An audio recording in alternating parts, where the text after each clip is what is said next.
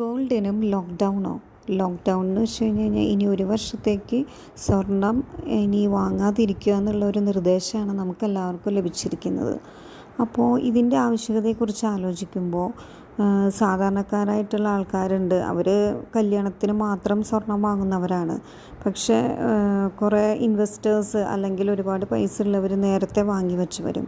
അപ്പോൾ ഇത് യഥാർത്ഥത്തിൽ ആരെയാണ് ബാധിക്കുന്നത്? ആരുടെ അവസരമാണ് നഷ്ടപ്പെടുത്തുന്നത്? ഒന്ന് ആലോചിച്ച് നോക്കുമ്പോൾ തീർച്ചയായിട്ടും സാധാരണക്കാരുടെ അവസരമല്ലേ നഷ്ടപ്പെടുത്തണേ. കാരണം അവർ ഫെസ്റ്റിവൽസിനോ അല്ലെങ്കിൽ വീട്ടിലൊരു ഒക്കേഷനോ മാത്രമേ വാങ്ങുള്ളൂ. പിന്നെ ഒരു കാര്യം, ഇങ്ങനെ ഒരു അഭിപ്രായം പറയുന്നേക്കാൾ നല്ലത്, ഇപ്പോൾ ഗവൺമെൻറ് റൂൾസ് വെച്ചിട്ടുണ്ടല്ലോ, ഒരാൾക്ക് ഇത്രയേ ഉപയോഗിക്കാൻ പാടുള്ളൂ. അതിൽ കൂടുതൽ കൈവശം വെച്ചിരിക്കുന്നവർ അത് അവരുടെ കയ്യിൽ നിന്നും പിടിച്ചെടുത്ത് ഇനി അത് വാങ്ങാൻ പാടില്ല, അങ്ങനെയല്ലേ ചെയ്യേണ്ടത്? അതായത്